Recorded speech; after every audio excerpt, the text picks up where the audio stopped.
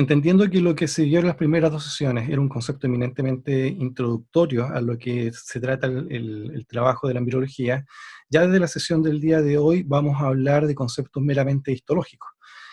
Vamos a estar aludiendo en ocasiones a lo que ya vimos en las sesiones pasadas, pero ahora empieza así a entender esta anatomía celular, esta anatomía microscópica que caracteriza al curso de histología y que también es elemento fundamental dentro de lo que implica las competencias que nosotros tenemos que estar entregando. Así es que, dado que en nuestra primera sesión de histología vamos a hacer una revisión breve de los conceptos que giran en torno a la histología puramente tal, ¿ya? La sesión la estamos grabando, así que esperemos que dejarla disponible también dentro del fin de semana. Para nosotros es relevante que entendamos y comprendamos la histología, porque primero es parte de lo que significa el entendimiento del terreno que tú estás trabajando. Nosotros somos profesionales de la salud, y al ser profesionales de la salud estamos interviniendo con estructuras orgánicas, y que esto va más allá de lo que es de la comprensión macroscópica. Es decir, es muy importante la comprensión macroscópica, pero nosotros tenemos que ser capaces de darle ese sustento en la comprensión, esa capacidad de entendimiento desde lo que desde lo que sucede también desde los propios fenómenos celulares. Obviamente, a la luz de cómo iba avanzando el conocimiento, se empieza a ampliar y profundizar aún más. Ya no solamente va a ser necesario los componentes celulares, sino que también los componentes moleculares, para que nos ayuden a explicar todos estos elementos, tanto en condiciones de normalidad como en condiciones de enfermedad. Histología en sí corresponde al estudio de los tejidos. Cuando nosotros hablamos del estudio de los tejidos, significa entender la forma en la cuales las células se organizan, cómo se agrupan y cómo ello le permite ir cumpliendo con las funciones en las cuales están destinadas o determinadas para que así pueda el cuerpo, como un órgano complejo, multicelular, pueda ir cumpliendo con sus funciones. Entonces la histología es el estudio de los tejidos. Bueno, y aquí vamos a dar una serie de ejemplos de trastornos que nosotros vemos en boca, fotografías de nuestros pacientes. Aquí en realidad son todos casos que nos ha tocado ver y que regularmente año a año estamos nosotros abordando, y que se escapan un poco de lo habitual y que muchas veces cuesta asociarlo a lo que implica el mismo trabajo de la odontología. Para nosotros es fundamental entender la composición de los tejidos de la encía, del hueso, de la mucosa, del labio, del tejido blando, todos los elementos que nosotros regularmente estamos trabajando. Y en esto también va a implicar ir comprendiendo también los fenómenos patológicos que eventualmente pueden estar ocurriendo, como los que estamos viendo acá, este aumento de volumen, que después nos vamos a dar cuenta que corresponde a una lesión de naturaleza fibrosa y vascular. Pero para poder decir que esto es una lesión fibrovascular, tenemos que entender de qué se trata el componente fibroso y cuáles son las características de esa fracción vascular que nosotros vamos a tener, en este caso, para comprender las lesiones. En este otro caso, una lesión que podríamos decir rápidamente que es muy parecida a la otra, en definitiva no tiene nada de parecido. Aquí lo que estamos viendo corresponde a una lesión de glándula salival menor. Y esto nuevamente nos pone en una situación en que tenemos que entender la histología y también la distribución anatómica de ello. Como ven, por ahora no ha mostrado tanto diente ni ha mostrado tanto encía, sino que estamos mostrando lesiones que a nosotros regularmente nos llegan, que los cuales tenemos que hacer una interpretación de ellas, una comprensión de lo que tratan, y por sobre todo darle un diagnóstico. Recordemos que nosotros como profesionales de la salud somos de los pocos profesionales facultados para emitir diagnósticos y por ende indicar tratamiento. Los médicos y los dentistas somos los que tenemos la responsabilidad ciudadana de emitir diagnósticos. Entonces, si un paciente llega con este tipo de trastorno, este tipo de lesiones, ¿qué vamos a decir? ¿Qué tejido que está yendo afectado? ¿Qué diagnóstico le vamos a entregar? ¿Qué orientación terapéutica le vamos a dar? Bueno, aquí estamos viendo entonces una lesión de glándula salival. Y podemos seguir entrando con más ejemplos. Y en esta situación vemos una fotografía que nos envió un colega por WhatsApp, ¿cierto? Y que nos comenta respecto a esta lesión que se está desarrollando en todo el paladar duro. Recordemos que corresponde a los dientes del maxilar superior, el paladar, y una lesión que en este caso corresponde a una neoplasia también de glándula salivar. Entonces, como ven, empezamos a reconocer diferentes tipos de alteraciones, diferentes tipos de cuadros que van a tener una manifestación en el territorio bucal, y desde el punto de vista de lo que a nosotros nos interesa, es que es tremendamente necesario ir comprendiendo dónde están los tejidos que lo componen, cuáles son los elementos celulares que van a estar siendo protagonistas para el desarrollo de este tipo de lesiones. Ustedes deben de comprender que sus profesores de histología y embriología, tanto Ricardo como yo, somos patólogos. Entonces, nuestra competencia de especialidad es justamente hacernos cargo de este tipo de trastornos, diagnosticarlas, entenderlas y conducirlas hacia el mejor tratamiento. Entonces, como sus profesores son patólogos y como lo vamos a encontrar en segundo, tercero, cuarto, quinto y sexto año durante toda la carrera, nosotros creemos que es altamente necesario entender y asociar todo lo que implica estos conceptos de normalidad para después extrapolarlo a los conceptos de enfermedad. Así es que seguimos dando ejemplos y vamos a dar un par de ejemplos más todavía. En este caso, una lesión en piel, que es una lesión costrosa, ¿cierto? Nos va a permitir también comprender por qué lesiones de estas características pueden tener parecido a lo que nosotros eventualmente podemos llegar a observar dentro de lo que implica el territorio bucal. ¿Qué es lo que lo hace similar? ¿Por qué podemos reconocer lesiones de este mismo tipo, que como vemos acá son muy parecidas acá, muy parecidas a las de acá, entendiendo que estamos hablando de piel y después estamos hablando de la zona interior de la boca? ¿Qué lo hace común? ¿Por qué podemos hacer una interpretación de lesiones que tienen una misma manifestación, un mismo comportamiento, una misma forma en la cual se pueden llegar a disponer? Entonces, cuando tú entiendes la naturaleza de los tejidos, vas a encontrar explicaciones rápidas y consistentes. Entonces, nuevamente, lo que estoy yo tratando de hacerles ver desde un enfoque de la patología, mostrarles lo relevante que es comprender las características de los tejidos y también el alcance que puede tener desde lo que es el estudio de las enfermedades.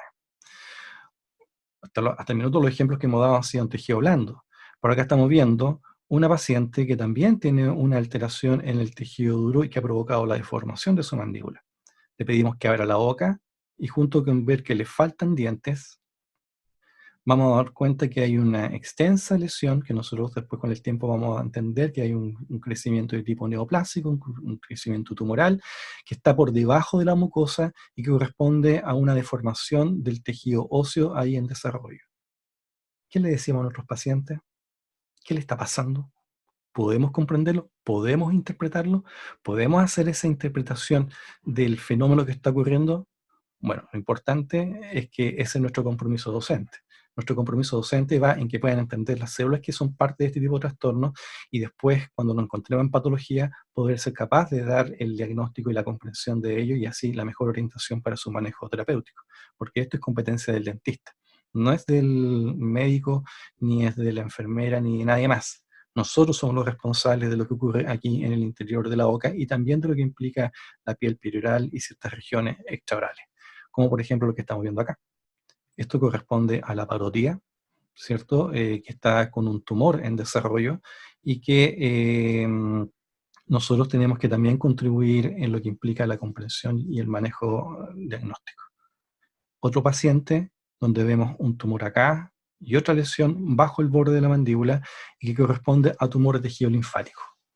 Hemos hablado de piel, de mucosa, tejido óseo, glándula salival, tejido linfático, tejido vascular, para que podamos interpretar mejor todos estos conceptos que nosotros le estamos compartiendo en este momento. Debemos de aplicarnos en las sesiones de aquí en adelante, ir entendiendo de qué se trata la comprensión de la histología y por sobre todo irse comprometiendo con tu formación profesional e irse comprometiendo con tus futuros pacientes para que así tú puedas dar después el manejo más adecuado. Otro ángulo del mismo caso que nosotros vimos hace un ratito, y esto corresponden a tumores de tejido linfático, linfoma para ser más preciso. Y eventualmente llegar a hacer procedimientos como estos. Esta fotografía la compartió un cirujano nuestro de la facultad y que está extirpando una lesión aquí que se está desarrollando dentro del hueso. Pero esto implica reconocer aspectos anatómicos y aspectos histológicos. ¿Desde dónde hasta dónde puedo hacer el desplazamiento? ¿Qué es lo que estoy viendo acá? Un hueso denudado, encía empujada, encía que ha sido desplazada para poder tener acceso al compartimento óseo para sacar la lesión que está dentro. Entonces, esto no es exclusividad del patólogo, es una exclusividad del cirujano dentista. Y aquí estamos viendo un procedimiento quirúrgico que no es sencillo, sí, esto lo hace el especialista en cirugía, pero que nuevamente se empiezan a integrar todos estos conceptos. La histología es una ciencia de comprensión transversal a todas las especialidades, a todo el ejercicio de la profesión, va a ser útil poder entender estos aspectos. Pero aquí, nuevamente, tejido Profe, blando, sí, pero un ratito, tejido óseo, tejido dentario, y nosotros tenemos que tener la capacidad de ver macroscópicamente e ir interpretando celularmente los fenómenos que están ocurriendo. Dime. ¿es normal que los dientes se vean tan largos durante ese tipo de cirugía? Bueno, aquí estamos hablando también de una persona que es más adulta, que la encía llega hasta cierta altura y bajo esa altura está el nivel óseo. Entonces, es probable que esto esté un poquito más elongado, pero los generales que cuando uno hace desplazamiento de la encía, la corona va a tener siendo un poquito más larga. Y más adelante igual te voy a mostrar con un esquema y responder tu pregunta. Pero no tenemos que esperar ver grandes tumores, no tenemos que esperar ver grandes lesiones, lesiones deformantes. Fíjense esta lesión pequeñita en el borde de la lengua, intensamente blanca. ¿Qué tejido es el que se está viendo afectado? ¿Por qué esa zona? ¿Qué es lo que nosotros debemos interpretar? Y este caso lo derivó un ortodoncista, ahí tiene el paciente con los frenillos, donde él detectó esto como anormalidad y pidió que hiciéramos la evaluación. Y la lesión terminó siendo un cáncer de lengua. ¿Tiene que estar así de deformado para que nosotros hagamos un diagnóstico? No.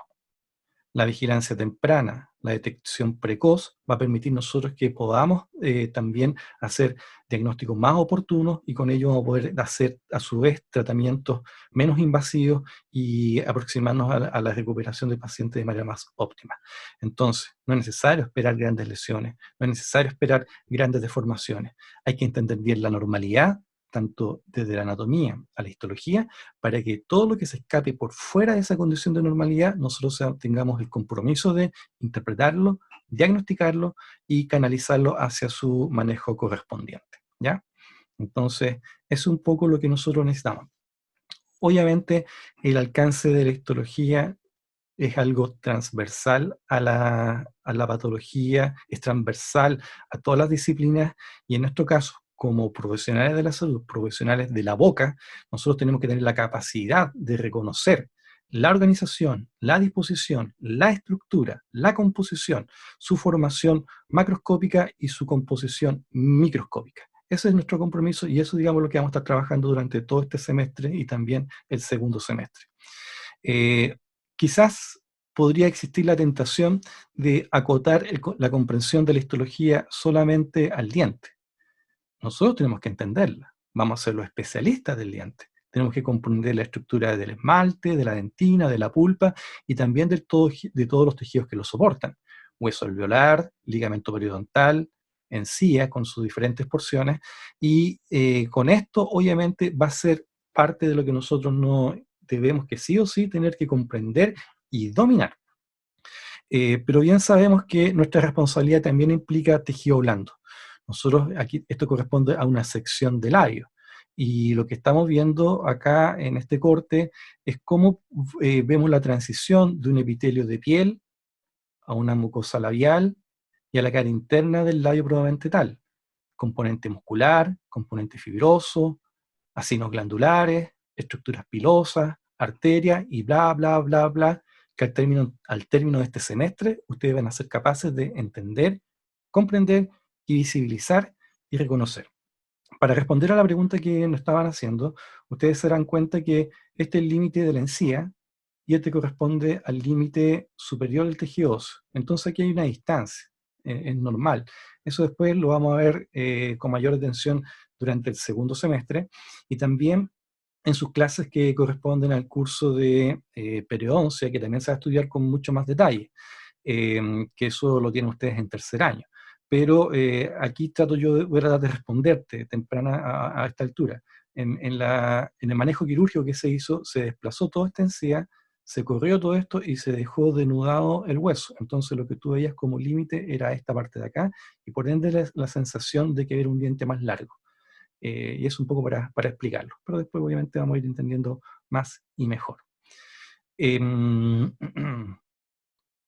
Entonces, la histología se trata del estudio de los tejidos, y lo que nosotros hemos querido aquí compartir con esta síntesis es, de algún modo, hacerles ver lo relevante que es la histología para que nosotros podamos entender mejor todos los fenómenos que pueden estar ocurriendo, fenómenos patológicos y también las acciones terapéuticas que nosotros vamos a estar desarrollando.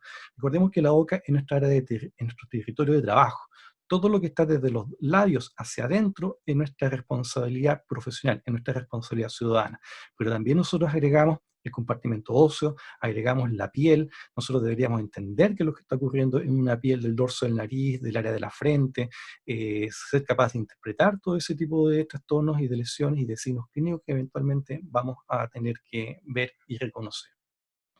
En términos muy sencillos, si nosotros tuviéramos que focalizar de qué se trata el estudio de la histología, tendríamos que apuntar a esos dos conceptos que aparecen ahí en color. Es entender la forma de la célula, entender que una célula, dependiendo del tipo de tejido, va a tener una forma distinta, es muy distinto a la de un epitelio, al de tejido conectivo, es muy distinto a la célula nerviosa, la célula muscular, el tejido sanguíneo, el tejido linfático.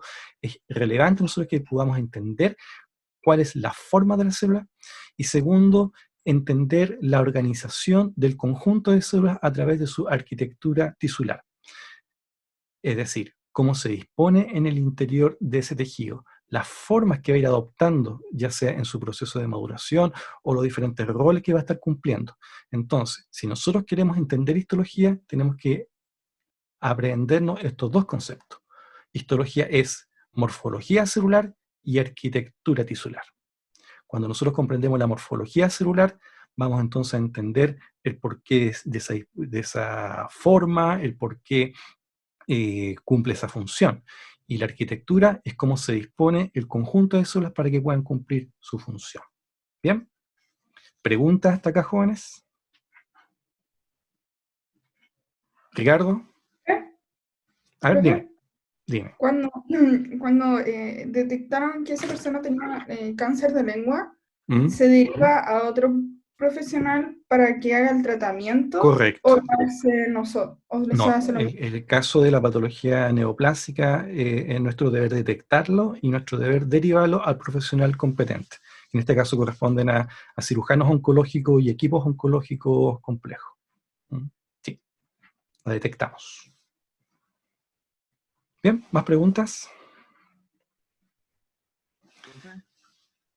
¿Cuál era el término que había dado para lo que tenía que ver con la organización? Arquitectura, ¿cuánto era? Arquitectura tisular, ahí está en la diapositiva. Ah, ya. Tisular. Cuando hablamos de lo tisular, estamos refiriendo a tejidos. Bien, pues jóvenes, sigamos avanzando. En las sesiones pasadas habíamos hablado de este concepto de los tejidos fundamentales, que en realidad el doctor Moreno lo había presentado de otra forma, pero aquí vamos a compartir igual la interpretación que él nos dio. Cuando nosotros hablamos de tejidos fundamentales, estamos aludiendo a una forma arbitraria de cómo organizar la comprensión de los tejidos.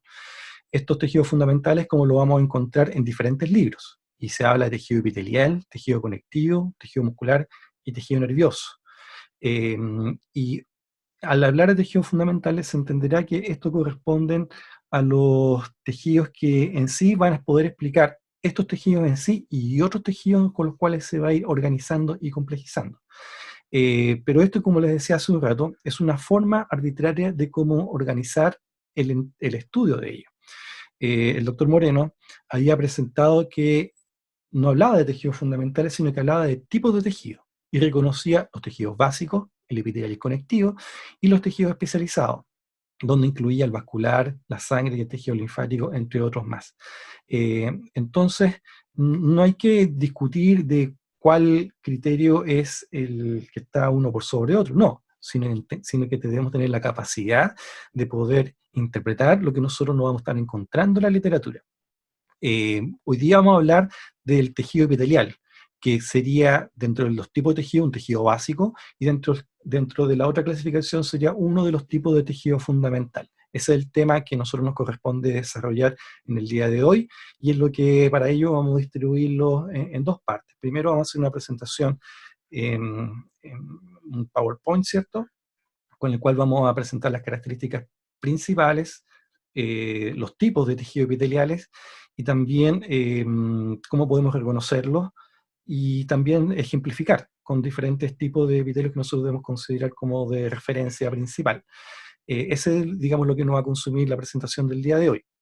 Y después del break, vamos a hacer una dinámica que vamos a probar si nos funciona o no, donde vamos a hacer un ejercicio dibujando. Entonces yo voy a dibujar y vamos a ver si podemos ir cumpliendo también con el objetivo de fortalecer los conceptos que ahora vamos a presentar, ¿ya? Entonces, el título de hoy corresponde a tejido epitelial.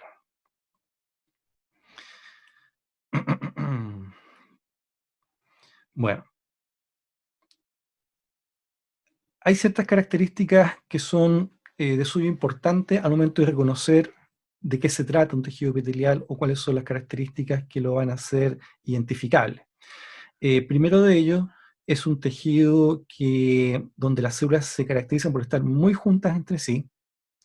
Ellas se encuentran literalmente unidas a través de proteínas de unión, que después en su curso de biología celular las van a ir aprendiendo. Y ellas se encuentran estrechamente unidas y vinculadas y pegaditas una de otra. ¿Esto qué significa? Que no hay material intercelular entre ellas. Y una forma en la cual nosotros podemos ir reconociendo el tejido epitelial versus otro tipo de tejido es que la unión es bastante íntima entre cada una de las superficies que componen el tejido en sí.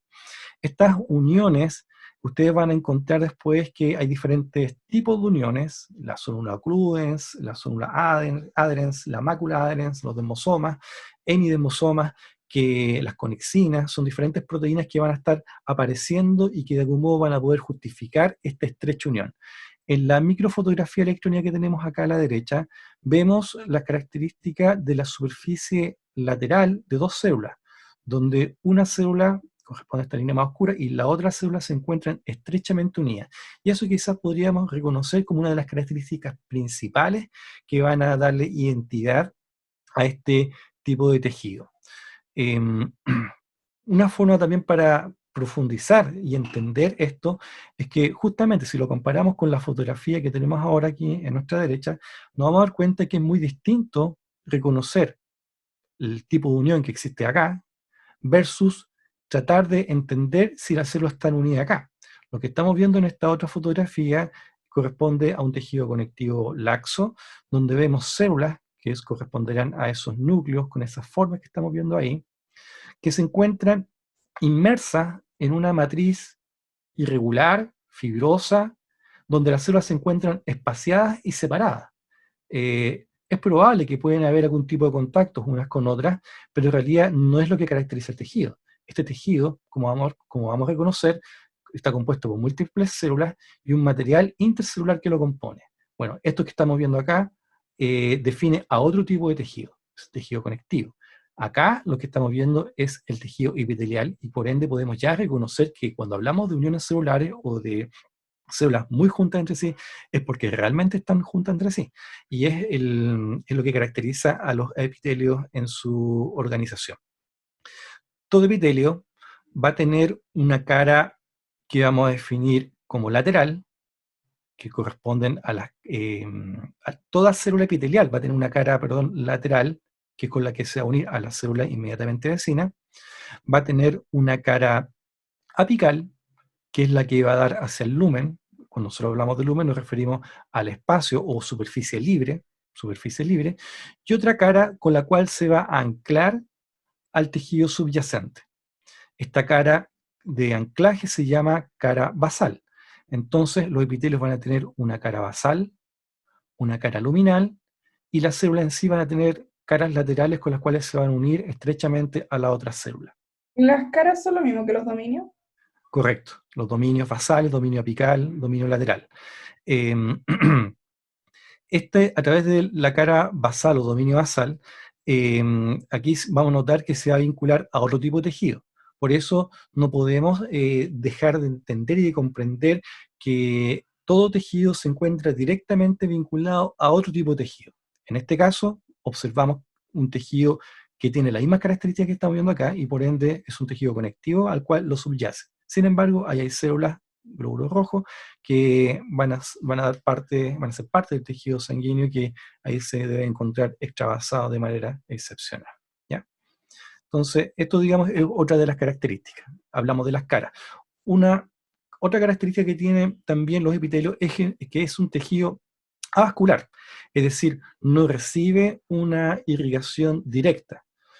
Como son estructuras relativamente delgadas, el aporte nutricional es por difusión de los vasos sanguíneos que van a estar disponiéndose en el tejido conectivo inmediatamente subyacente. También se van a nutrir de los elementos que se encuentren en el tejido conectivo, en esta sustancia fundamental que le va a permitir cumplir con el rol de alimentarse y nutrirse probablemente tal. Entonces, el tejido, por eso no vamos a encontrar ningún vaso sanguíneo recorriendo el espesor del epitelio, sino que va a ser a través del tejido conectivo y por simple difusión cómo se va a ir alimentando el tejido en sí. Es importante también reconocer de que esta cara basal, este dominio basal que tienen los epitelios, se va a encontrar anclado a una estructura que se llama lámina basal. Esa lámina basal es característico de todos los epitelios. Todos los epitelios tienen una lámina basal. Todos los epitelios en su porción, en su dominio basal, se anclan a la lámina basal y de la lámina basal entonces se vinculan al tejido conectivo que se encuentra bajo ella, ese tejido conectivo subyacente, como nosotros regularmente lo describimos. ¿Ya? Aquí tenemos otro tipo de tejido, pero como vemos, ¿tiene características de tejido epitelial? ¿Qué creen ustedes? ¿Sí o no? Pueden comentar. ¿Será tejido epitelial? Hay algunos están contestando en el chat y responden que no, no, no, no, no. Efectivamente, esto no corresponde a tejido epitelial, sino que corresponde a una variante de tejido conectivo, que es lo que vamos a empezar a ver desde la próxima semana. Esto corresponde a cartílago, donde vamos a ver que las células se encuentran predominantemente aisladas y algunas pocas se van a encontrar juntas, pero esas que se ven juntitas es porque la célula se dividió, pasó por un proceso de mitosis y quedaron ahí reunidas en una. Pero hay abundante material intercelular disponible a ello. Este material intercelular no tiene las características de las irregularidades que veíamos acá, porque el tipo de material intercelular es distinto, es lo que le va a conferir las características a este tejido. Pero acá no estamos hablando ya de un tejido epitelial, sino que de una variante de tejido conectivo que nosotros también podemos reconocer y observar. Me preguntan, ¿qué es el lumen? El lumen se refiere al espacio que queda comprendido por fuera del límite de la cara apical. Si nosotros tomamos, por ejemplo, una manguera, el espacio que vemos en el interior de esa manguera corresponde al lumen. Eso técnicamente, de una manera bastante práctica, corresponde al lumen. Entonces, los epitelios van a mirar hacia una cavidad principalmente. Entonces, dentro de las características generales, nos vamos a dar cuenta que las células se encuentran unidas por puentes de proteínas de unión. En realidad es importante reconocer este concepto porque no es que estén pegadas, no es que estén fusionadas las membranas, sino que van a haber proteínas que van a estar anclando una superficie celular con otra superficie celular, y eso, digamos, es lo que nosotros vamos a reconocer. En su curso de biología celular hay capítulos que describen los tipos de uniones que van a observar. Tiene una superficie libre, esta superficie libre es la que da hacia el lumen, y su superficie basal se asocia a una membrana basal, que es lo que nosotros también acabamos de describir, y los epitelios son un tipo de tejido avascular. Cuando hablamos de que es avascular, significa que no tiene irrigación propia. Entendiendo ya estas características, es importante para nosotros que vayamos reconociendo las formas en las cuales se clasifican. Y las formas y criterios en los cuales se van a clasificar va a depender del tipo de ordenamiento que nosotros queramos hacer. Una clasificación es según su función. Es decir, dependiendo del rol que van a desempeñar, podemos así también tipificar la diversidad de epitelios que nosotros vamos a estar enfrentando y reconociendo. Otro criterio es según la forma de la célula. Es diferente una célula que puede ser más plana, una que puede ser más alargada. Esa forma también va a permitir a nosotros hacer un tipo de clasificación. Y un tercer criterio se refiere al número de capas que lo componen. En el ejemplo que tenemos acá, nos damos cuenta que es un epitelio de células largas y que es una sola capa de células. Entonces, eso permite que después nosotros le entreguemos ciertos nombres para poder caracterizarlo y poder compararlo con otros tipos de tejidos. Según su función, nosotros podemos reconocer que vamos a tener epitelios de revestimiento y epitelios glandulares. Sin embargo, este tipo de ordenamiento suele ser difícil de acotar, porque los epitelios en sí cumplen múltiples roles. Entonces, cuando nosotros decimos epitelio de revestimiento, podríamos decir que su función principal es proteger. Por ejemplo, el epitelio de la piel, el epitelio de las mucosas, son epitelios que nosotros podríamos tipificar como epitelio de revestimiento. Sin embargo, a medida que la ciencia va avanzando y vamos comprendiendo mejor los roles, nos damos cuenta de que estos epitelios de revestimiento no solamente protegen, sino que cumplen una cantidad tremenda de otras funciones, en los cuales restringirlo solamente a una función de revestimiento podría ser discutible. En el caso de los epitelios glandulares, son los epitelios que en sí componen y organizan a las glándulas propiamente tal. Glándulas exocrinas, glándulas endocrinas, corresponden a una especificación epitelial que va a tener por función o producir hormonas principalmente, o elementos de recubrimiento como un mucus, que en sí van a permitir que cumplan con esta función de glándula. Esta forma de clasificación en de revestimiento y glandulares, como le digo, puede ser no correcta y no justa para todas las funciones que pueden cumplir diferentes tipos de epitelio. Y entre ellos podemos citar al epitelio que tapiza todos los vasos sanguíneos. O sea, también originalmente era considerado un epitelio de revestimiento, pero es tal la cantidad de funciones que cumple que en realidad sería injusto solamente calificar lo que su función es recubrir, porque cumple un montón de otros roles. Pero como les digo, este es un tipo de clasificación y es como generalmente se estructura para poder hacer un tipo de descripción. Hay un tercer grupo de epitelios que corresponde a los neuroepitelios, que esto es básicamente lo que ya empezamos a ver la semana pasada con el doctor Moreno, donde nos daba cuenta de cómo componentes del ectodermo van a conformar elementos que se van a invaginar hacia el mesodermo y que por ende va a permitir cumplir diferentes funciones de diferenciación en lo que es la organización del tejido nervioso. Entonces, pero son neuroepitelios que nosotros vamos a encontrar, por ejemplo, en ese tipo de situaciones embrionarias. Otro tipo de clasificación puede tratar de ser más descriptiva y con ello nos podría permitir reconocer más funciones. Por ejemplo, epitelios que tengan la función de secretar. Por ejemplo, nos ponen como ejemplo los epitelios que recubren por la mucosa gástrica, el epitelio que tapiza el interior de ese saco. Función absortiva, que lo vamos a encontrar principalmente en la superficie interna del intestino, o también en ciertas partes del riñón, es decir, es un epitelio que tiene por función absorber. En la función anterior veíamos una célula que tenía por función secretar, es decir, vertía su contenido. En la función absortiva es que, valga la redundancia, absorbe lo que se encuentra en su cara luminal para llevarlo hacia su dominio basal. funciones de transporte, funciones de protección, funciones receptoras.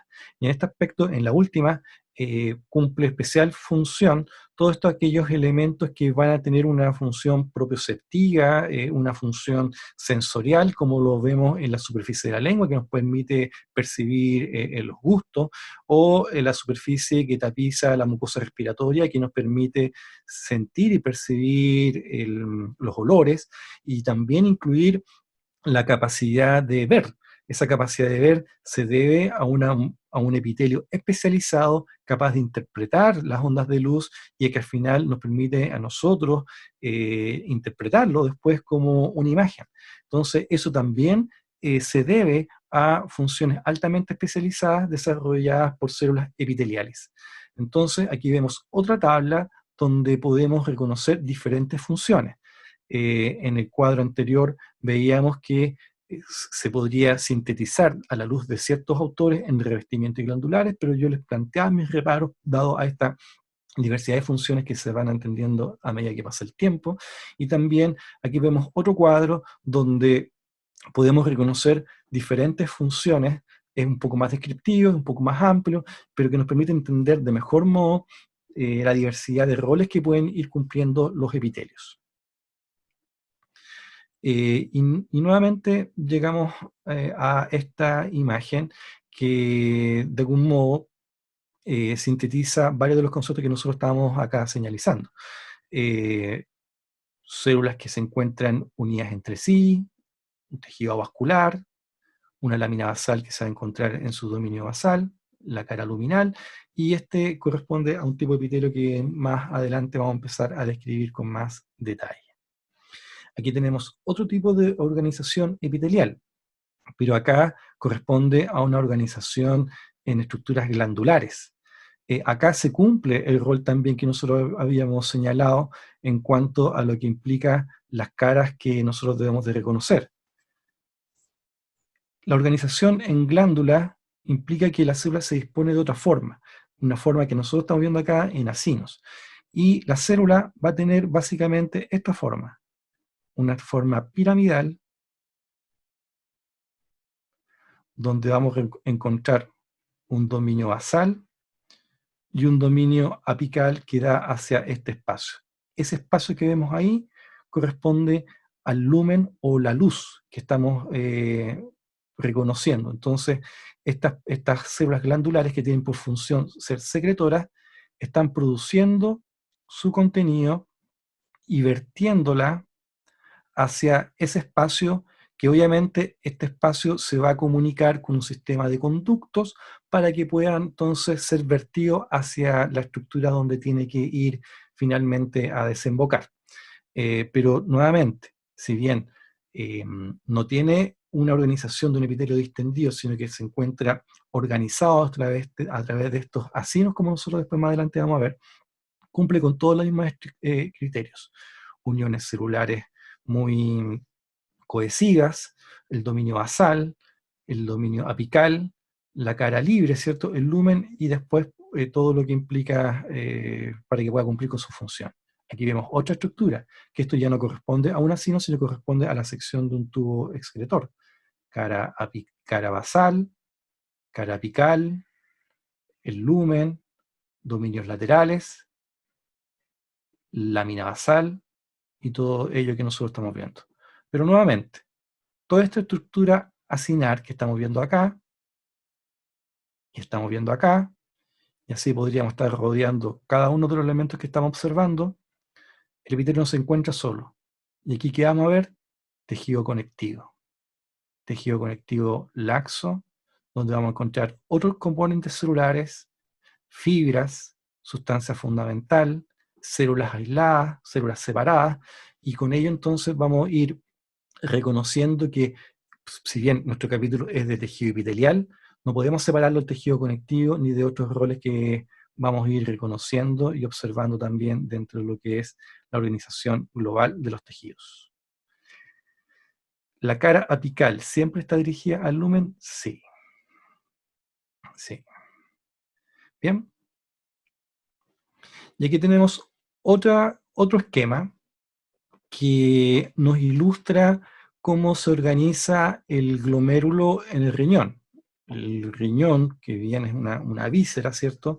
En realidad se organiza tanto tejido vascular, tejido conectivo, tejido epitelial, para que puedan cumplir con la función de filtrado de la sangre. Entonces vamos a tener una arteria donde va a entrar sangre, va a ser filtrado por capilares que tienen sus características únicas, y después va a ser continuar con su ruta de flujo sanguíneo. Y esto va a estar dado por una compleja organización de epitelios. Por ejemplo, aquí vemos un epitelio que podríamos describir que tiene una característica más bien de tipo cuboidal, que tiene una superficie apical con este ribete, que nosotros le decimos ribete en cepillo, y esto le va a dar identidad a esta porción del epitelio. Acá no están dibujados como separados, pero sí están separados, son diferentes células que están ahí unidas. Acá nosotros vamos a encontrar otro tipo de epitelio, ahí, que va a estar tapizando el interior de todo vaso sanguíneo. Y vamos a encontrar otro tipo de epitelio, que es el que va a permitir organizar después el glomérulo puramente tal, y así sucesivamente podemos reconocer una diversidad de diferentes aspectos morfológicos que van a permitir que las diferentes células epiteliales que constituyen en sí a este glomérulo renal, para que pueda cumplir con las funciones. En algunos van a estar permitiendo que la sangre fluya, en otros van a permitir que absorban ciertos minerales, en otro que vierta otros contenidos, etcétera, etcétera, etcétera. Entonces, nuevamente estamos viendo acá que la diversidad de funciones que puede cumplir el tejido puede a su vez generar microorganizaciones para que puedan cumplir una función superior, que es lo que estamos viendo acá, en este caso, en el glomérulo renal. Bien, eso fue para describir algunas características en torno a las funciones. Continuando con nuestra descripción de los epitelios, una de las formas que nosotros regularmente aludimos al momento de tener que nombrarlos o reconocer su nombre es a través del reconocimiento de la forma. Entonces, nosotros vamos a hablar de la forma literalmente a la forma como se presenta, algo así de obvio. Nosotros vamos a reconocer principalmente epitelios que van a tener una forma de células planas, como lo que vemos en el esquema superior, forma cuboidal y principalmente fórmulas columnares. Todo esto también puede recibir sinónimos. Esta disposición de células planas también se le llama escamosa, y en el caso de las células cilíndricas también se le dice columnar. Son sinónimos, estamos hablando exactamente del mismo tipo de presentación, de la misma disposición que la célula puede llegar a tener. Entonces, nosotros vamos a tener células planas, cuboidales y columnares principalmente. Entonces, la forma en la cual nosotros vamos a nombrarlos es directamente de acuerdo a las características que tienen en este tipo de disposición. Se entenderá que las células planas van a tener van a estar más en relación, su volumen hacia la lámina basal, y su distancia basal apical va a ser más baja. Eso es lo que le confiere la presentación de plana. Cuboidal va a ser más simétrica en toda su disposición, y el núcleo suele ubicarse principalmente a nivel central. Y en las columnares suele caracterizar a epitelios que tienen por finalidad secretora, y los núcleos van a tender a presentar cierta polaridad. Cuando nosotros hablamos de polaridad, estamos hablando de cierta orientación, una orientación que puede ser o hacia basal y eventualmente hacia apical. Entonces es lo que uno generalmente suele describir de los epitelios columnares o cilíndricos. Entonces, según su forma, vamos a tener células planas, células cuboidales, células columnares o cilíndricas. Hay un concepto que es exclusivo de la vejiga, donde se habla de epitelio de transición, donde si nosotros observamos en la fotografía B, nos damos cuenta que las células tienen una forma, me refiero específicamente en su cara más superficial o su cara luminal, mientras que en ciertas condiciones esa forma que como lo vemos en B se ven redondeadas, eventualmente se puede distender y se pueden elongar. Entonces puede pasar de una forma redondeada a una forma bien plana. Esto, y no es porque esté en un proceso de diferenciación celular, sino que va a depender de qué tan cargada está la vejiga. Si la vejiga está llena de orina, el epitelio se va a distender y va a cambiar su forma de una estructura más bien redondeada a una forma aplanada. Pero eso es circunstancial, es transitorio. Por eso se le dice epitelio de transición. Pero esto va a suceder solamente en algunos tejidos y el epitelio que recubre la vejiga en su interior va a tener esta característica. Las demás, por lo regular, vamos a poder verlos como células planas, cuboidales o columnares principalmente. Obviamente, la forma está en función de lo que nosotros estemos observando. Eventualmente se nos pueden ocurrir otros términos, hexagonal, poligonal, todo lo que pueda permitir describir de mejor forma lo que estamos mirando, ¿ya? Entonces, no solamente restringirlo a estos términos. El tercer criterio al cual se puede clasificar es según el número de capas o estratos. Cuando nosotros hablamos de capas, estamos refiriendo, como el mismo nombre, el mismo concepto lo dice, de acuerdo al número de capas de células que nosotros podemos observar. En este epitelio, por ejemplo, cilíndrico, que ya lo habíamos descrito anteriormente, nos damos cuenta que es una sola capa de células. Entonces, como es una capa única, se le dice un epitelio simple o en monocapa. Entonces, aquí estamos viendo un epitelio simple, versus con lo que estamos viendo abajo, que cuando son más de dos capas, dos o más, ya estamos hablando de un epitelio estratificado. Entonces, será simple cuando la capa que lo compone va a ser única. Será estratificado cuando las capas que lo componen son más de una. De dos para arriba ya sería un epitelio estratificado. Entonces, en el ejemplo que nosotros estamos mostrando acá, todas se llaman B, esto sería un epitelio plano monoestratificado, un epitelio cuboidal monoestratificado o un epitelio cilíndrico monoestratificado. Entonces, aquí ¿qué es lo que estamos haciendo? Estamos combinando dos criterios de los que ya hemos presentado, según su forma y según el número de capas que lo componen. Según su forma, sería un epitelio plano, epitelio cuboidal, epitelio cilíndrico. Según el número de capas, simple. Epitelio plano, simple, epitelio cuboidal simple o epitelio cilíndrico simple. Epitelio plano monoestratificado, epitelio cuboidal monoestratificado o epitelio cilíndrico monoestratificado. Estaríamos hablando exactamente de lo mismo. Número de capas, número de estratos, simple, monoestratificado.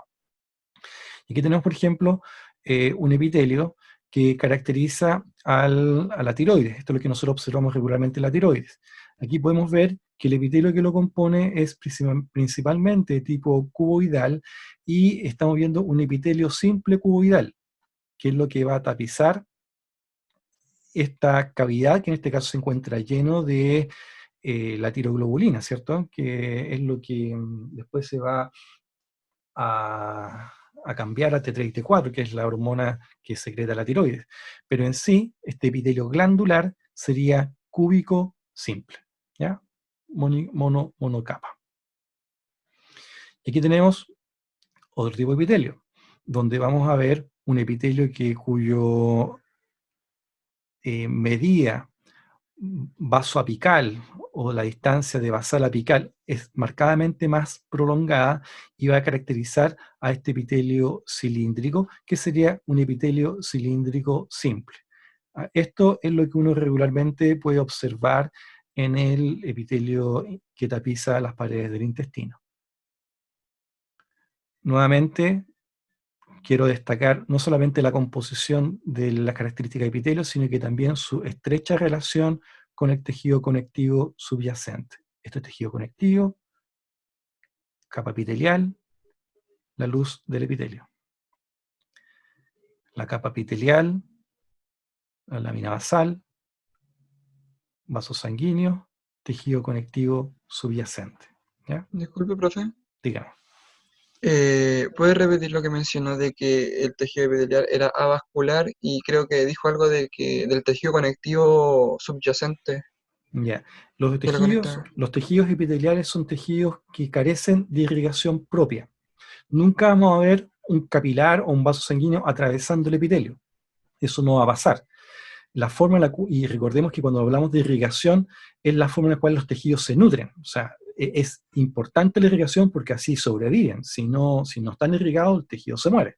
Entonces es fundamental que el tejido pueda alimentarse, pero la alimentación no lo hace a través de una irrigación directa, sino que los vasos sanguíneos los vamos a encontrar en el tejido conectivo subyacente, es decir, en el tejido conectivo con el cual se relaciona el tejido epitelial, es decir, bajo la lámina basal, vamos a encontrar vasos sanguíneos que se van a encontrar recorriendo el espesor del tejido conectivo y va a ser ahí a través del cual se va a nutrir y alimentar el epitelio. ¿Ya?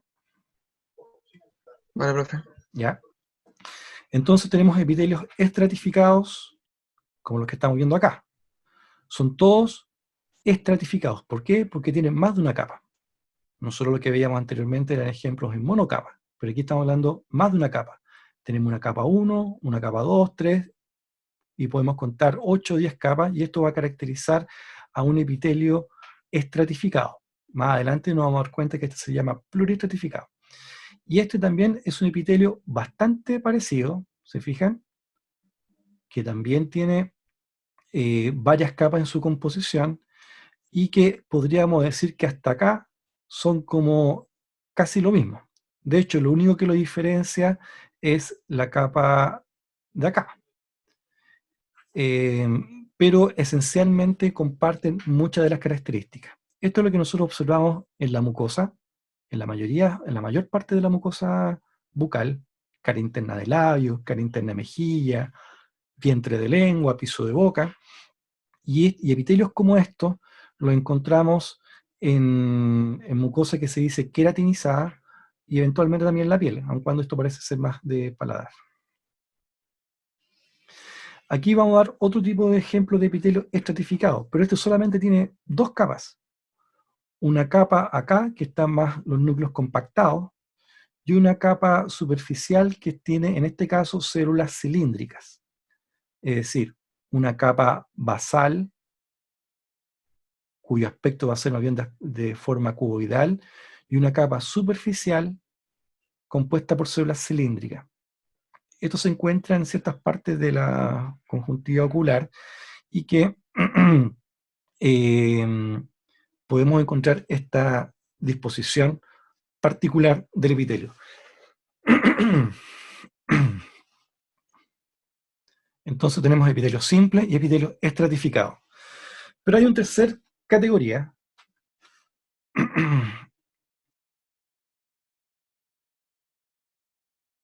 ya. Hay una tercera categoría que corresponde a los epitelios pseudoestratificados.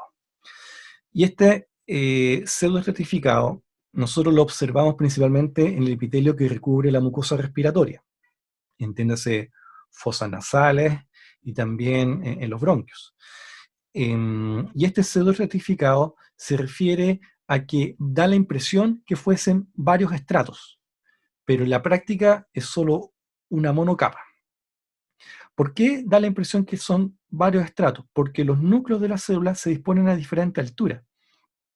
Entonces, si uno contabilizara o evaluara solamente las capas en función de los núcleos, uno podría reconocer que en los pseudoestratificados los núcleos se disponen a diferente altura. Sin embargo, se reconoce que esa es una disposición particular de este tipo de epitelio. Por eso se le llama pseudoestratificado. Ahora bien, ¿qué característica hace que estas células reconozcamos que son pseudoestratificados? Porque todas las células que la componen, todas las células llegan a la lámina basal. Todas se encuentran en contacto con la lámina basal, cosa que no vemos, por ejemplo, en los estratificados. Solamente los estratos más profundos, es decir, los estratos, valga la redundancia, basales, son los únicos que se encuentran en directa relación a la lámina basal. Los estratos superficiales pierden su vinculación con el estrato, con la lámina basal.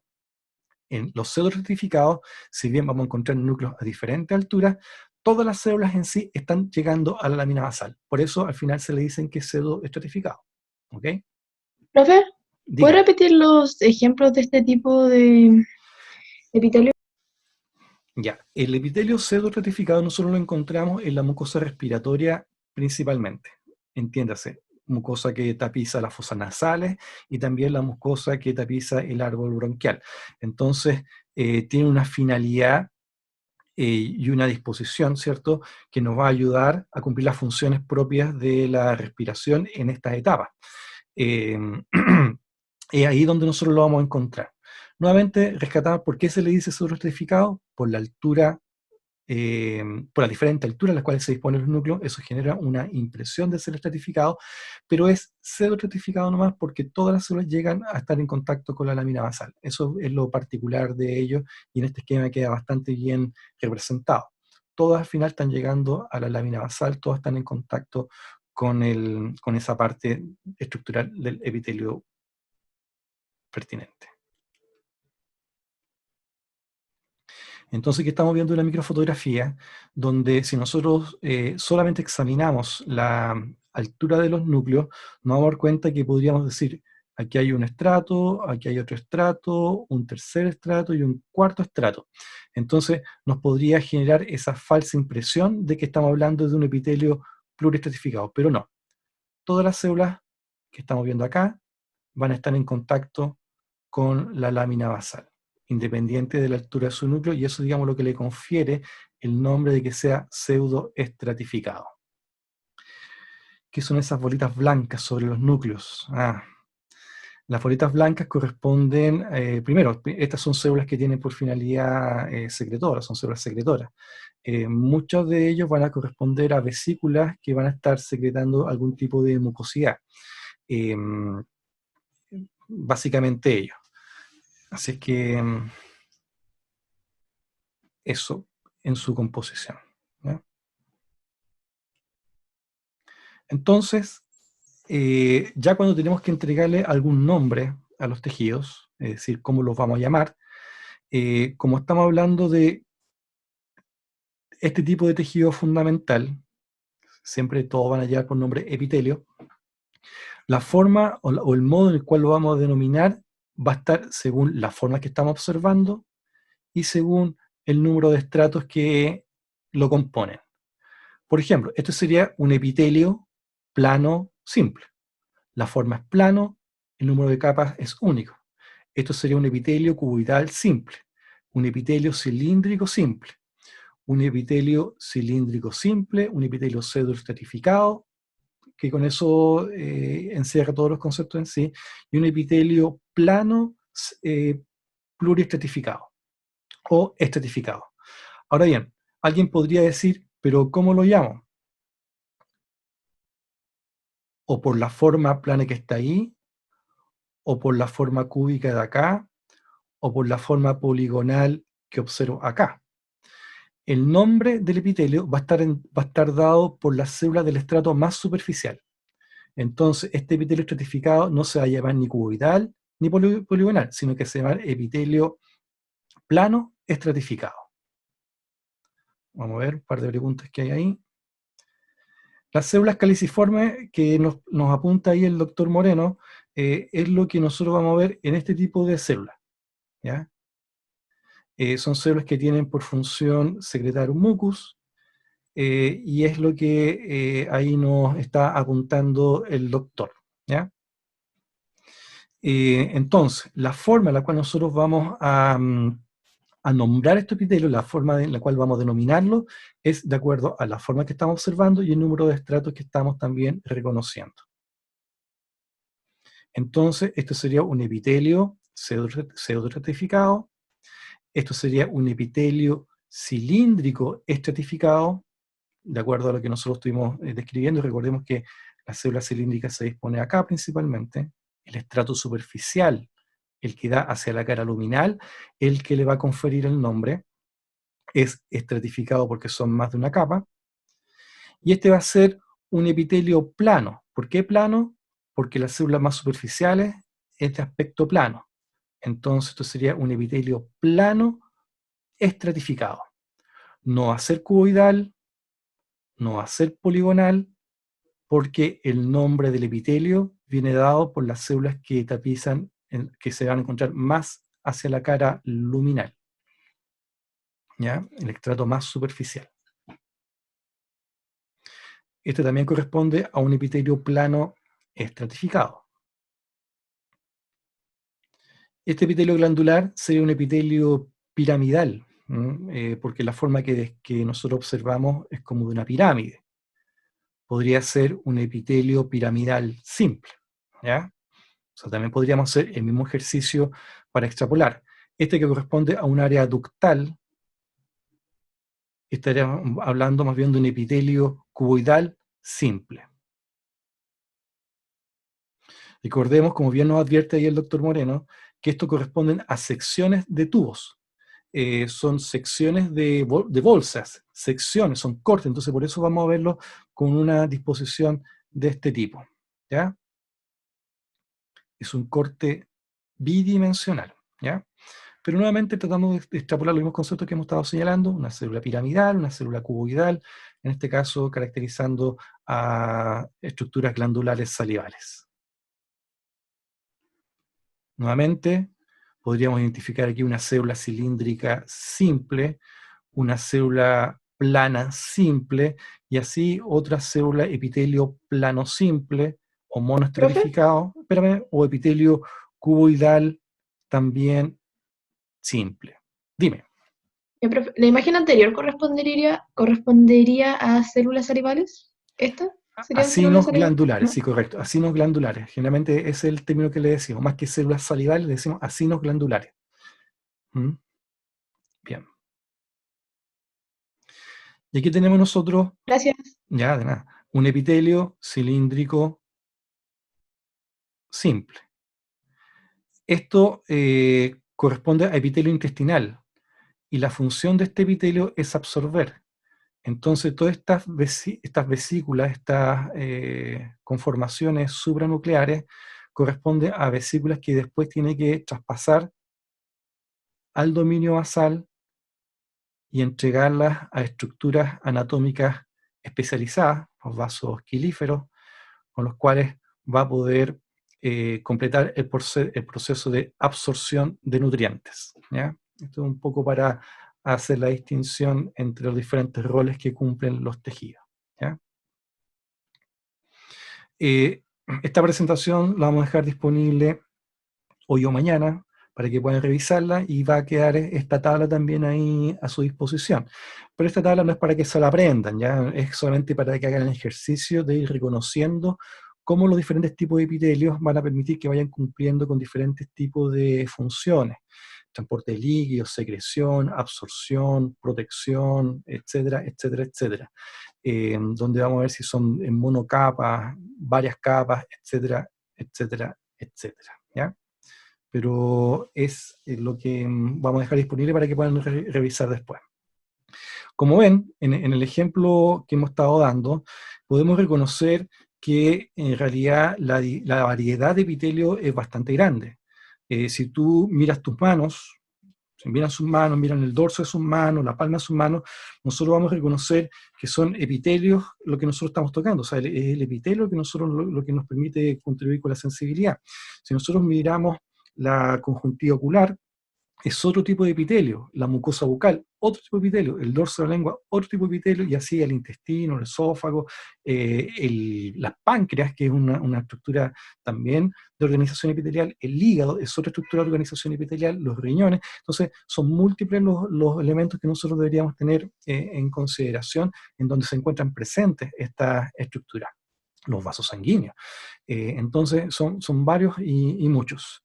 Y para nosotros vamos a considerar esto como epitelios de referencia obligatoria. Más allá de toda esa diversidad, que es muy rico poder entender y comprender, hay epitelios que, dadas las condiciones en las cuales nosotros trabajamos, tenemos que sí o sí tener una especial comprensión de ella, que va a corresponder al epitelio de la piel, que se le llama epidermis, al epitelio de la mucosa bucal, al epitelio respiratorio, porque si bien el tracto respiratorio parte inmediatamente por encima de la boca, nosotros nos vamos a dar cuenta que hay dientes en los cuales están muy vinculados a esa porción anatómica, y si nosotros hacemos una extracción, eventualmente podemos quedar comunicados con la fosa nasal. Entonces, conviene entender también las características de la mucosa respiratoria y el epitelio vascular. Entonces, cuando nosotros hablamos del endotelio vascular, eh, dado a la cantidad de funciones en las cuales participa, conviene entenderlo bastante bien. Nos vamos a dar cuenta que un epitelio de los epitelios quizás el más simple de todo, un epitelio plano simple, pero la cantidad de funciones que desempeña es tremenda. Y dado que están en su curso de biología celular, ahí generalmente se toma como referencia las células del epitelio intestinal, las células del epitelio hepático y también las células del páncreas. Entonces, ya deben de empezar a visibilizar que cuando están hablando de esos modelos celulares para explicar las uniones celulares, la disposición del citoesqueleto, la función excretora, la función absortiva, la función secretora, van a ocupar principalmente como referencias modelos celulares de intestino, modelos celulares de páncreas o de hígado para poder entender la dinámica de la biología molecular. Entonces, esos epitelios, dado que están estudiándolo, es importante darles este contexto, ¿ya? Que le va a dar esa particularidad.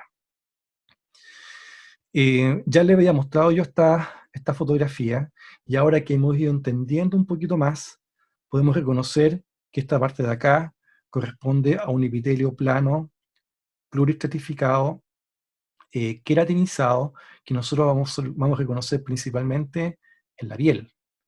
Nosotros vamos a encontrar en esta zona de acá a la mucosa que recubre el vermellón del labio. Nosotros decimos vermellón a esa zona que te da el tono más rojo, ¿cierto? O intensamente rosado. Y esto va a corresponder a un epitelio plano, pluristratificado, no queratinizado, que nosotros observamos principalmente recubriendo la cara interna de la mucosa labial, entendiendo lo que estamos viendo acá es labio. Toda esta parte que estoy yo achurando corresponde a tejido conectivo, que también vamos a encontrar en esta zona de acá. Y acá vamos a encontrar otra parte de la organización epitelial que va a ser a través de los acinos glandulares salivales que estamos viendo. Entonces, ahora, la lectura que hacemos de la fotografía es distinta. El reconocimiento que estamos haciendo de los tejidos empieza a notarse que estamos entendiendo histología. O sea, bueno, es lo que yo espero luego de esta conversación. Obviamente hay que procesarlo, hay que interiorizarlo, pero ya no solamente vemos un corte de algo que no entendemos. Nuestro deber es poder comprender esta estructura y ver cómo se van relacionando los diferentes tipos de epitelios. Esta parte de acá, solamente para poder completar la descripción muy general de lo que estamos haciendo, esto corresponde a músculo del labio. Dime. Que si podía repetir los tipos de epitelios que están en la imagen, por favor. Ya, para no volver a rayarlo, o bien rayémoslo de nuevo, no hay problema. Vamos a borrarlo, borrar. Increíble esto, ¿eh? Ya, vamos a volver a dibujar. Pero como digo, esto es solamente para ejemplificar, ¿eh? En realidad en ningún momento vamos a presionar más que en eso, ¿no? En este momento de reconocimiento, recuerden que más adelante tenemos talleres donde vamos a hacer ahí una mayor precisión de toda esta composición. Y además que todavía no describo los tejidos, solamente para que sepan en qué están. Esto corresponde a la piel, y esto corresponde a la cara interna del labio, y esto corresponde a la mucosa que recubre el labio, entiéndase esta parte que tenemos acá, a la mucosa del vermellón labial, a eso nosotros le decimos vermellón labial. Entonces el epitelio que nosotros encontramos por fuera corresponde a un epitelio plano pluristratificado queratinizado. Esto va a dar folículo piloso, ¿cierto? Que también tiene una organización epitelial. El epitelio que encontramos en el interior del labio corresponde a un epitelio plano pluristratificado no queratinizado, que va a encontrarse tapizando la cara interna del labio, pared interna de mejilla. Y lo que estoy achurando yo acá corresponde al siempre importante tejido conectivo, que siempre nos va a estar ahí ayudando. La nutrición va a venir desde acá. Acá vamos a encontrar vasos sanguíneos también distribuyéndose.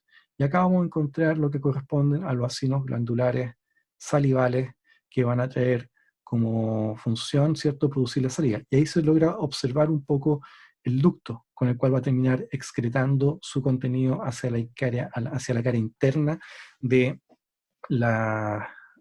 del labio probablemente tal, hacia la cavidad bucal.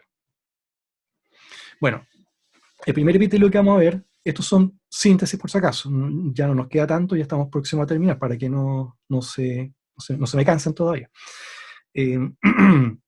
Este corresponde al epitelio plano pluristratificado, que como vemos es plano por las características de la disposición de las células más superficiales, y es pluristratificado porque tiene múltiples capas. Este epitelio plano, con esta característica, vamos a reconocer básicamente dos tipos.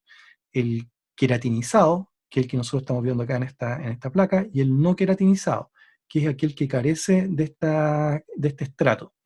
Básicamente, la célula que le da la identidad se llama queratinocito. Y el queratinocito pasa por un proceso de diferenciación hasta migrar desde el estrato basal hacia la cara más luminal o externa. Entonces, estas células que estamos viendo acá, en el estrato basal, es donde ocurre el fenómeno de multiplicación celular. Ahí es donde se multiplica. La mitosis la vamos a encontrar en el estrato basal.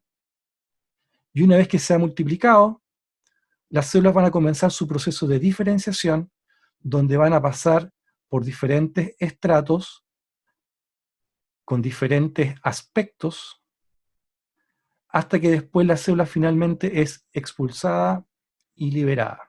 ¿Ya? En realidad no es que sea liberada, sino que se muere y es reemplazada. Entonces, todo esto corresponde al sentido de diferenciación que va teniendo el queratinocito. Queratinocito corresponde entonces a la célula que va a darle identidad a este epitelio. Vamos a ver qué están preguntando. Muchos.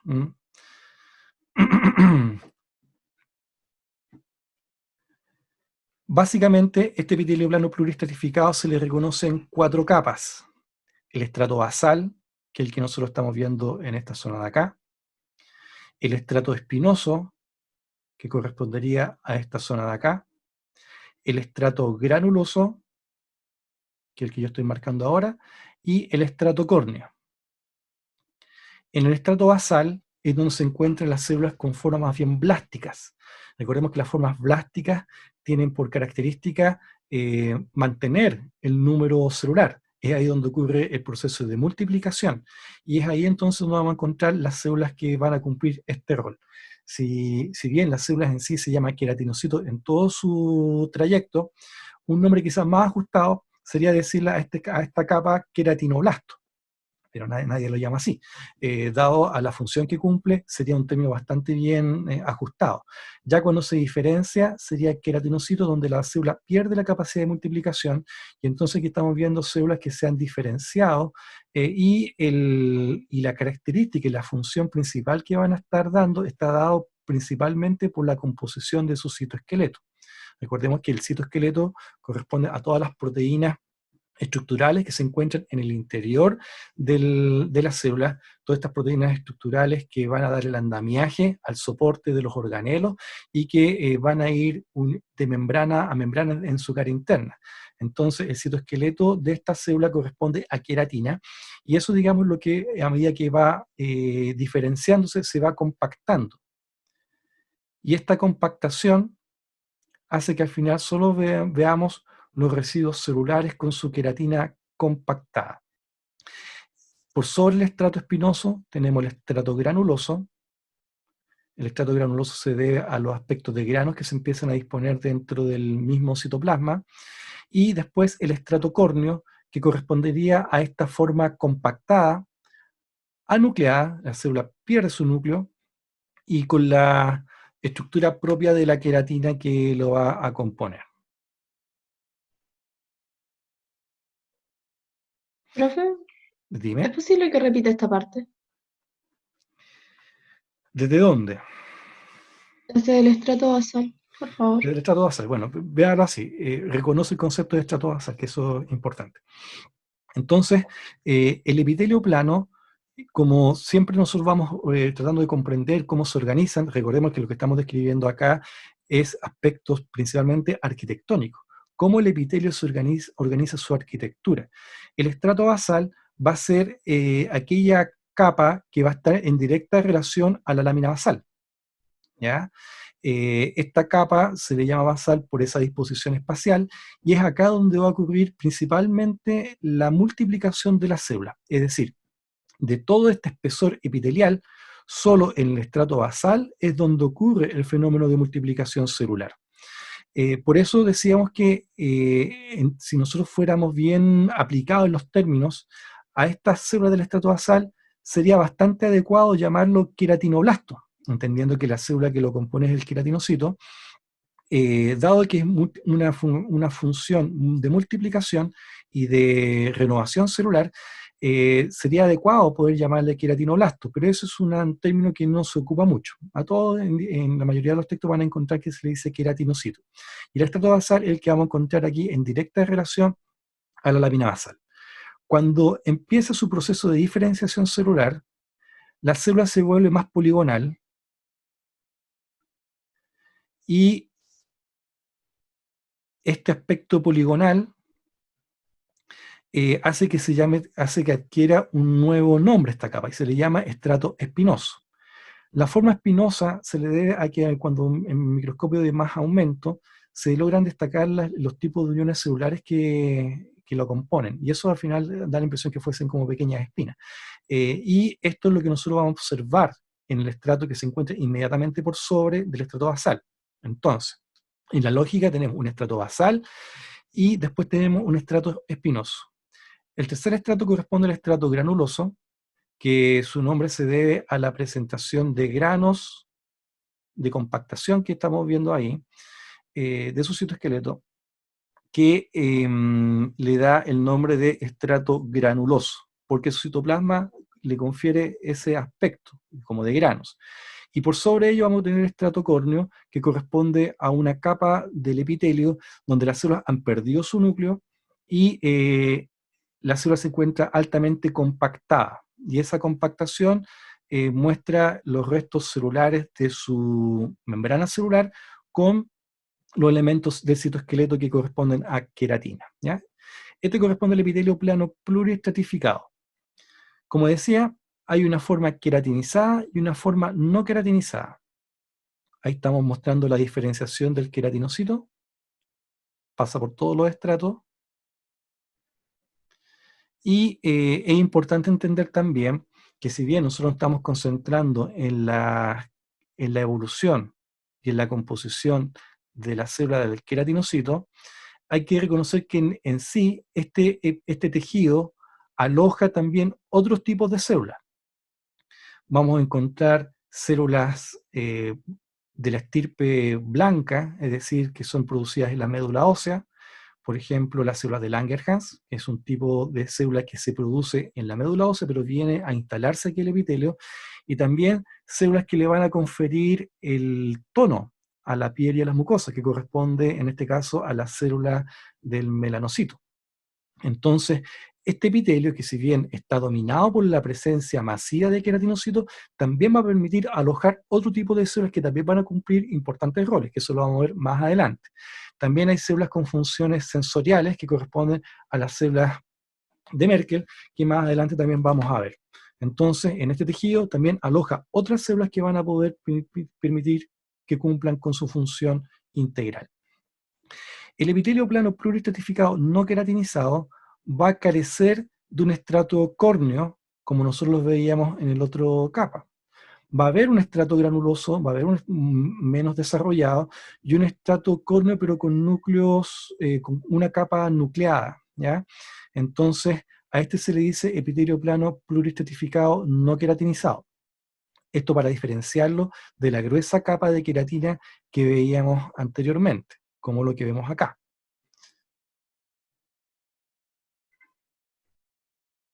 Este tipo de epitelio lo vamos a encontrar principalmente en la mucosa bucal, en lo que vemos en la cara interna del labio, cara interna de mejilla, en el vientre de la lengua. El vientre de la lengua, recordemos que corresponde a esta zona.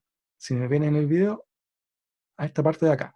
Y en el piso de boca también lo que se encuentra inmediatamente por debajo de la lengua. Entonces, es un epitelio que nosotros vamos a encontrar regularmente presente y también lo vamos a encontrar dentro de la mucosa vaginal. Mientras que el epitelio pluriestratificado queratinizado lo vamos a encontrar principalmente en la enciadería, en el paladar y en el dorso de la lengua.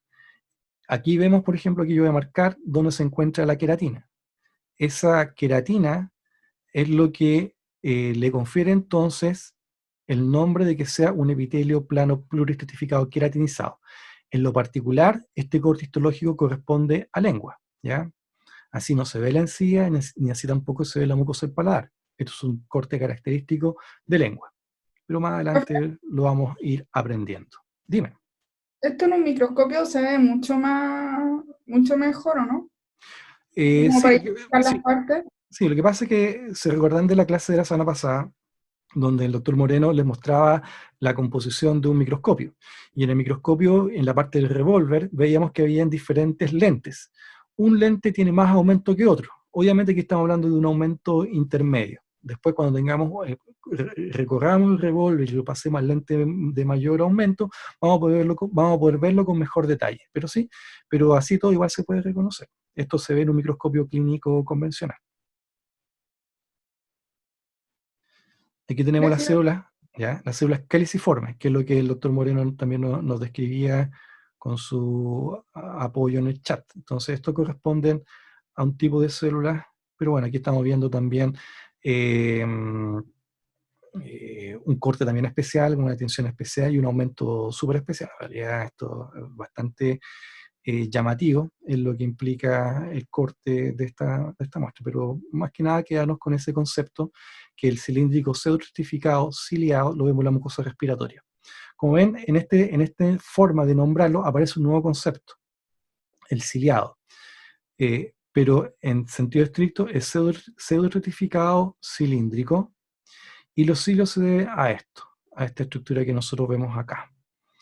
Esto en su capítulo de biología molecular lo van a ver cuando revisen cilios y flagelos, ¿ya? Entonces esto corresponde a una particularidad de la organización del citoesqueleto, donde le contribuye a que la célula cumpla una función específica, pero eso lo van a ver con detalle allá, no acá. Solamente a nosotros nos interesa que reconozcamos el aspecto morfológico y dónde se encuentra ubicado.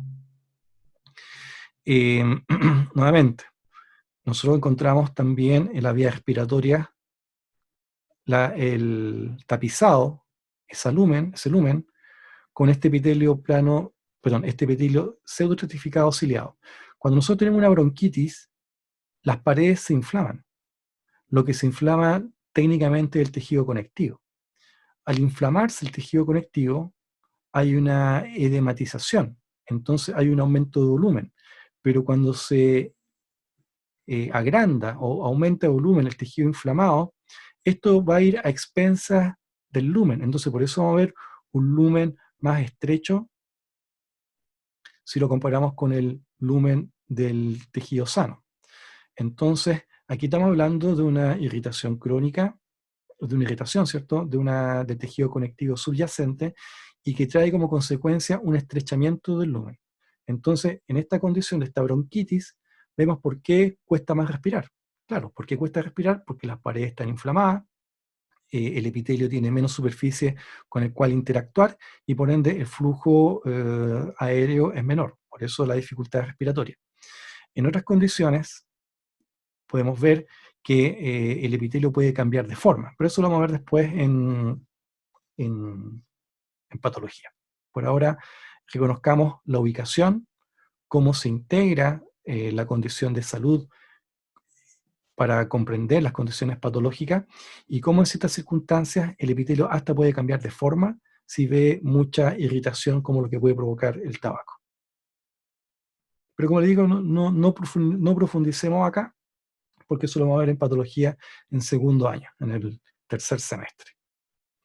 Y aquí nuevamente tenemos epitelio cilíndrico simple, que es lo que vemos en la mucosa intestinal.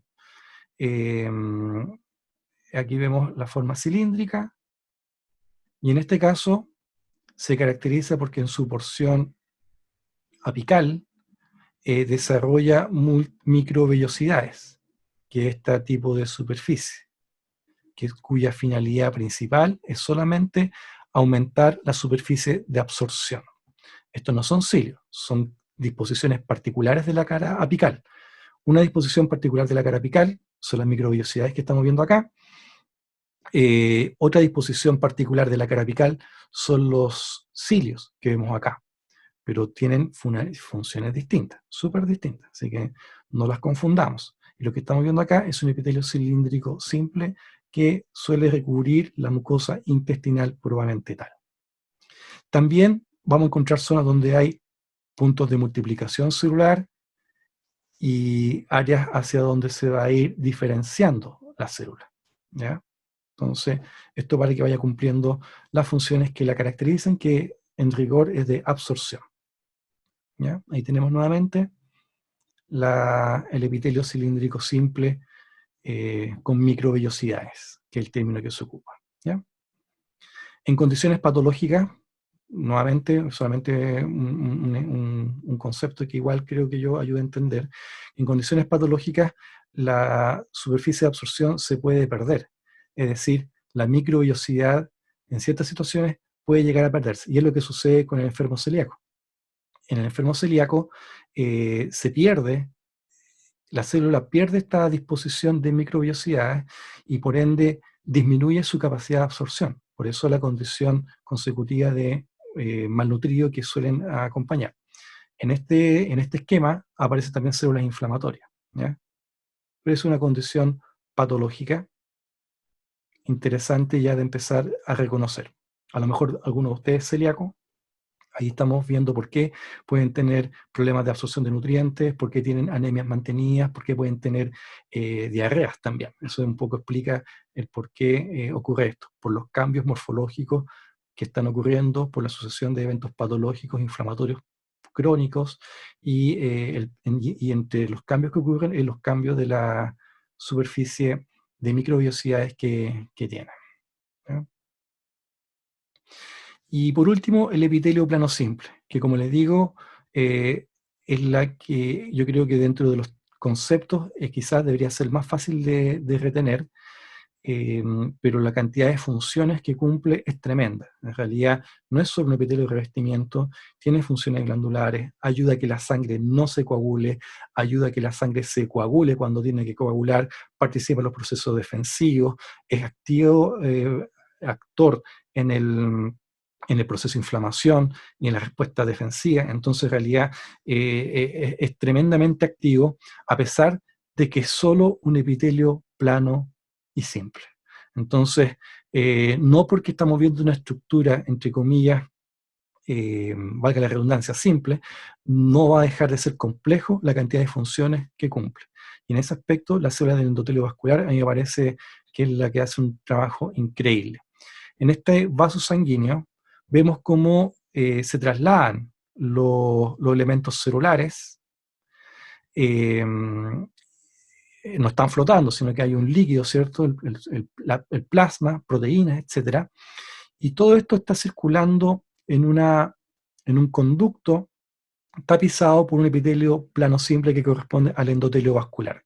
Entonces, estas mangueras que son los vasos sanguíneos no son mangueras y nada más, son composición celular, organización celular que se disponen de tal forma que permiten que cumplan con las funciones que nosotros estamos viendo aquí de distribución de sangre y también de desencadenar la respuesta inflamatoria pertinente.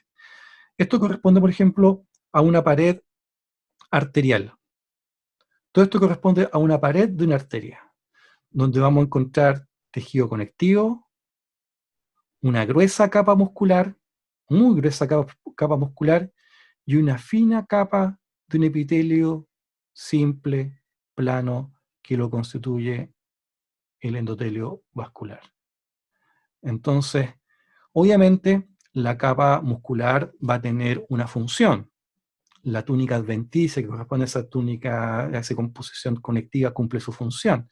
Y el endotelio va a cumplir su función también. Pero cada estructura tiene una razón por la cual se encuentra ahí presente. Cada tipo de célula cumple una función que va a permitir que cumpla con los roles de los cuales se ha creado. Entonces, el endotelio, por muy simple que pueda ser, no da cuenta su simple estructura con la cantidad de roles que puede llegar a cumplir, que son tremendas. Esto solamente para explicar cuando se habla de depósitos grasos. Cuando se dice que se acumula grasa en las arterias, en realidad no es que se pegue la grasa en la cara luminal, no es que vamos a tener grasa acumulada en esta zona, no es eso lo que ocurre. Lo que ocurre es que se empieza a distribuir, a acumular grasa en el plano subendotelial, y es ahí donde empieza a ocurrir el fenómeno de la generación de placas de ateroma. ¿Ya? La explicación ha ido evolucionando a medida que pasa el tiempo. Ahora se le atribuye mucho más rol a los procesos inflamatorios crónicos para explicar la génesis de ella, y que se manifiesta con acumulaciones grasas como lo que estamos viendo acá. Pero esta grasa no es que se pegue en los vasos sanguíneos, sino que se acumula por debajo de la capa de la capa endotelial. Este esquema, creo yo que es un muy mal esquema, porque da la impresión que las paredes internas fuera una estructura homogénea, que la capa muscular fuera otra estructura homogénea. Entonces, no debemos dejar de ser críticos con las imágenes que estemos revisando. Algo podría corregirse con lo que estamos viendo acá, que yo entenderé que está dándole el protagonismo a las células epiteliales planas, simples, que tapizan el interior de todo vaso sanguíneo. Pero en sí es un esquema que tiene hartas limitaciones. ¿Qué es lo que trata de explicar? El depósito graso que ocurre a nivel subendotelial, que también es una grasa es un montaje bastante burdo, pero que de algún modo no por ello tenemos que dejar de ser críticos para poder visibilizar los elementos estructurales que en sí componen un vaso sanguíneo y que aquí no están quedando presentes ni correctamente bien planteados, ¿ya? Entonces, estos son los epitelios de referencia. Cuando lleguemos al capítulo de patología, el endotelio vascular para nosotros es fundamental entenderlo, fundamental. Cuando hablemos también en patología de la mucosa bucal, es fundamental entender bien la composición del epitelio. Pero para nosotros también es tan importante entender el epitelio como el tejido conectivo subyacente. Pero eso es materia de la próxima sesión, así que no se pierda nuestra próxima transmisión de la próxima semana. ¿Bien? ¿Preguntas, jóvenes? ¿Comentarios? Ricardo, ¿algún comentario? Por ahora, Rodrigo, está todo correcto. Ya, bueno, está el correo electrónico ahí para que nos hagan llegar sus preguntas. Siempre para nosotros es muy importante que revisen la información que le dejamos disponible, que revisen los textos, y no solamente pidiéndole y cuándo los videos. En realidad eso no debería ser la única razón por la cual tienen que contactarse con nosotros. O sea, pueden revisar texto, pueden revisar literatura, que es lo que corresponde al deber del estudiante universitario. Por último, voy a dejar también a disposición en la presentación un poco cómo se distribuyen los epitelios de acuerdo a las capas de origen embrionario, porque nos vamos a dar cuenta que hay epitelios que se originan desde el ectodermo, otros que se originan desde el endodermo, e incluso algunos que vienen desde el propio mesodermo. Entonces, esto nos va a permitir linkear con la información que ya hemos estado revisando en cursos anteriores. Bueno, y ahí está el correo electrónico. Aprovecho de invitarlos a mi página web y a mi canal de YouTube, que es donde vamos a dejar disponible la clase del día de hoy. ¿Ya? Profe, Dime. un compañero preguntó cuál es la diferencia entre epitelio y endotelio. Se le llama endotelio, en realidad se le llama endotelio vascular, se le llama al epitelio simple, plano, que tapiza el interior de los vasos sanguíneos.